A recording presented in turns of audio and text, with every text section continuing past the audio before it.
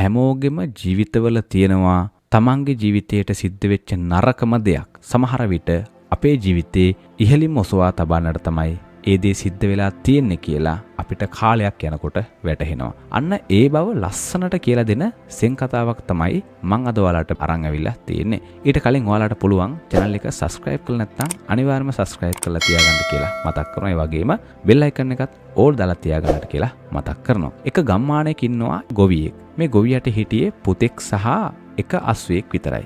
ඒ වගේම මේ ගමේ ඉන්න බොහෝ අය මෙයාට කියන්න පටන් ගත්තා මේ ගොවියා නම් ඉතාමත්ම වාසනාවන්තයි. ලස්සන පුතෙක් ඉන්නවා, ඒ වගේම අස්වැයෙක් ඉන්නවා. ඉතින් ඒ නිසා මේ ගොවියා නම් පුදුමාකාර වාසනාවන්ත ගොවියෙක් කියලා මේ ගමේ හැමෝම කතා වුණා. හැබැයි එක දවසක් මේ ගොවියාගේ හිටපු අස්වැයා අස්වැගාලෙන් පැනලා ළඟ තියෙන කැලේට, මහ විශාල කැලේට දුවගෙන යනවා. දුවගෙන ගියාට පස්සේ මේ අස්වැයව හොයනවා මෙයාට හොයාගන්න නම් හම්බ වෙන්නේ නැහැ. ඉතින් ඒ නිසා මෙයා පුළුවන් තරම් කැලේ පීරලා හොයලා බැරිම තැන ගෙදරට ඇවිදින්න අඬ ඉන්නවා. ඉතින් ඒ වෙලාවේ මේ ගමේ හිටපු මිනිස්සු ඇවිල්ලා කියනවා ඔබ නම් මහා පුදුමාකාර අවාසනාවන්තයෙක් නේද? හිටියේ එකම අස්වැයත් පැනලා ගියානේ කියලා කියනවා. මෙහෙම කිව්වට පස්සේ මේ ගොවියා කල්පනා කරලා හිතින් සෑහෙන්න වැටිලා ළඟම තියෙන සෙන් පන්සලට යනවා. සෙන් පන්සලට ගිහිල්ලා කියනවා හාමුදුරුවනේ මගේ හිටියේ එකම අස්වැයත් මාව දාලා ගියානේ.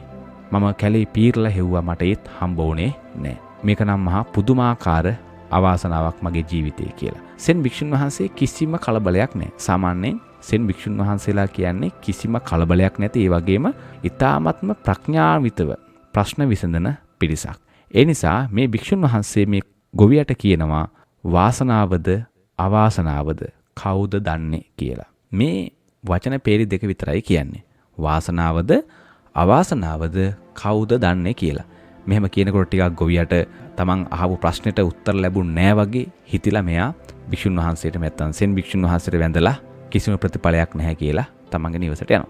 හැබැයි ගිහිල්ලා ටික දවසක් යනකොට මොකද වෙන්නේ? අර කැලේ පැනපු අස්වැයා තවත් අස්වැයෝ 7 දෙනෙක් එක්කලා ආයෙත් ගෙදරට එනවා. මේක දකිනකොට ගොවියට තියෙන මහා පුදුමාකාර සතුටක්. ඒ වගේම ගමේ ඉන්න හැම කෙනාම වට වෙලා බලන් ඉන්නවා මේ මහා වික්‍රමයේ දිහා. ඉතින් මේක දැක්කට පස්සේ ගොවියාට පුතාට ඒ වගේම ගමේ මිනිසුන්ට මහා පුදුමාකාර සතුටක් එන්නේ. ඒ වගේම ගමේ මිනිසු කියන්න පටන් ගත්තා මේ ගොවියා නම් මහා පුදුමාකාර වාසනාවන්තයෙක් කියලා. මේක කිව්වට පස්සේ ගොවියත් ටික වෙලාවක් ඉඳලා අර සෙන් භික්ෂුන් වහන්සේ ළඟට යනවා. ගිහිල්ලා කියනවා හාමුදුරුවනේ මම නම් සෑහෙන ලොකු වාසනාවන්තයෙක්. මොකද මගේ අර කැලේ පැනපු අස්වැයා තවත් අස්වැයෝ 7 දෙනෙකුත් එක්කලා ගෙදරට ආවනේ. මට මහා පුදුමාකාර සතුටක් තියෙන්නේ. මම මහා වාසනාවන්තයෙක් කියලා තමයි මට නම් හැඟෙන්නේ කියලා. ඒ වෙලාවෙත් අර සෙන් භික්ෂුන් වහන්සේ ටික වෙලාවක් නිහඬ විඳලා කියනවා වාසනාවද අවාසනාවද කවුද දන්නේ කියලා. අර කලිනුත් කිව්වේ විපතක් වුණාට පස්සෙත් කිව්වේ වාසනාවක්ද අවාසනාවක්ද කවුද දන්නේ කියලා. මේ වෙලාවේ හොඳක් වෙලා ඒ වගේම ගොවියා hina වෙවි ඊ타ත්ම සතුටින් ආවට පස්සෙත් කියන්නේ මේ කතාව.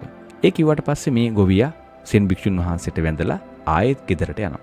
ගෙදරට ගිහිල්ලා ටික දවසක් ඉන්නකොට අර ගොවියාගේ පුතා අර අලුතෙන් ආව අස්වැයෝ හීලෑ කරන වැඩේ පටන් ගන්නවා. ඒ පටන් ගන්නකොට මේ එක අස්වැයෙක්ගේ පිටෙන් වැටිලා මේ පුතාගේ මොකද වෙන්නේ? කකුලක් කැඩෙනවා. කකුල කැඩුණාට පස්සේ තමන්ගේ පුතාව ගෙදරට එක්කන් ඇවිදින්න බෙහෙත් හේත් කරමින් කාලය ගත කරනවා. කකුල හොඳ වෙන්න සෑහෙන කාලයක් යනවා. මේ කකුල කෙල්ල ඉන්නකොට මේ ගමේ ඉන්න මිනිස්සු කියනවා මේ ගොවියා නම් පුදුමාකාර අවාසනාවන්තයෙක්. බලන්න හිටපු එකම පුතාගෙත් කකුල කැඩුණානේ කියලා මේ ගමේ මිනිස්සු කියනවා. මේ වෙලාවෙත් මේ ගොවියා මොකද කරන්නේ? අර සෙන් භික්ෂුන් වහන්සේට ගිහිල්ලා කියනවා හාමුදුරුවනේ මහා පුදුමාකාර වැඩක් වුණේ මට. මගේ එකම දරුවා අර ආපු අස්වැයෝ ටික හික්මවන්න ගිහිල්ලා එහෙම නැත්තම් හීලෑ කරන්න ගිහිල්ලා වැටිලා කකුල කැඩලා දැන් ගෙදර ඉන්නේ කියලා. ඉතින් ඒ වෙලාවේ මේ සෙන් භික්ෂුන් වහන්සේ අර කතාවම තමයි කියන්නේ. වාසනාවද අවාසනාවද කවුද දන්නේ කියලා කියනවා. ඉතින් ඒ වෙලාවෙත් මේ සෙන් භික්ෂුන් වහන්සේට වැඳ නමස්කාර කරලා මේ ගොවියා ගෙදරට යනවා. ගෙදරට ගියාට පස්සේ තමන්ගේ දරුවා ඊ타ත්ම දුකටපත් වෙලා කාලය ගත කරනවා. ඉතින් මේක බලන් ඉන්න පුළුවන් කමක් නැහැ. ඒ තරම් මේ වේදනාව වැඩි. මොකද සේරම වැඩ ටික එන හිටලා තියෙන්නේ. ඒ වගේම Tamanට තනියෙන් මේ දේවල් කරගන්නත් බෑ. ඒ නිසා මේ ගොවියාත් තමන්ගේ වැඩ කටයුතු ටික හෙමින් කරමින් කාලය ගත කරනවා. මේ ගත කරනකොට රටේ එක පාරටම යුද්ධයක් හටගන්නවා. මේ යුද්ධය හටගත්තට පස්සේ රජුරෝ නියම කරනවා රටේ ඉන්න සියලුම තරුණයෝ ටික මේ යුද්ධයට බඳවා ගන්නට ඕන. ඒ නිසා රාජපුරුෂය යවලා ඒ නගරවල ඉන්න ගම්වල ඉන්න සියලුම තරුණයෝ ටික එකතු කරගෙන යන්න හදනවා. මේ ගොවියාගේ පුතා දැකලා මොකද කරන්නේ මේ සෙන්පතියෝ මෙයා කොර නිසා ඒ වෙලාවේ යුද්ධයට එක්කන් යන්නේ නැහැ. මෙයාව දාලා යනවා. ඉතින් ඒ වෙලාවේ මේ ගොවියට පුදුමාකාර සතුටක් එන්නේ මොකද අනෙක් අය ඔක්කොම ටික යුද්ධයට එක්කන් ගියා. යුද්ධයට එක්කන් ගියා කියන්නේ ආයේ ගෙදර එයිද කියලා හිතන්න පුළුවන්කමක් නැහැ. ඒ නිසා මේ ගොවියා පුදුමාකාර සතුටකින් අර භික්ෂුන් වහන්සේ ළඟට ගිහිලා කියනවා හාමුදුරුවනේ මට ගොඩක් සතුටුයි. මගේ දරුවගේ කකුල කැඩිච්ච නිසා ඔන්න දරුවා යුද්ධයට යන එකෙන් බේරුණා. ඒ වගේම තමයි ටික දවසක් යනකොට මෙයාලට ආරංචි වෙනවා අර යුද්ධයට ගියපු තරුණයෝ බොහෝ පිරිසක් විනාශ වෙලා මැරිලා කියලා. මේ කතාව දිහා ප්‍රඥාන්විතව බැලුවොත් එහෙම අපිට තේරෙනවා කොච්චර ලස්සන කතාවක්ද කියලා. මේකෙන් ගන්නට තිබෙන උපදේශයන් අපේ ජීවිතයට සුළුපටු වෙන්නේ නැහැ. ඒකට හේතුව තමයි අපේ ජීවිතවල සමහර අවස්ථාවන් වලදී සිද්ධ වෙන නරක දේවල් හෙට දවසේ තමන්ගේ ජීවිතයට මහත් ආශිර්වාදයක් බවට පත් වෙනවා. ඒ වගේම ජීවිතයේ සාර්ථකත්වයේ ආරම්භයේ බවට පවා සමහර නරක දේවල් පත් වෙනවා. ජීවිතේ කිසිම අවස්ථාවක හිතන්නට එපා මේ දේ නම් උනේ මගේ නරකටම තමයි.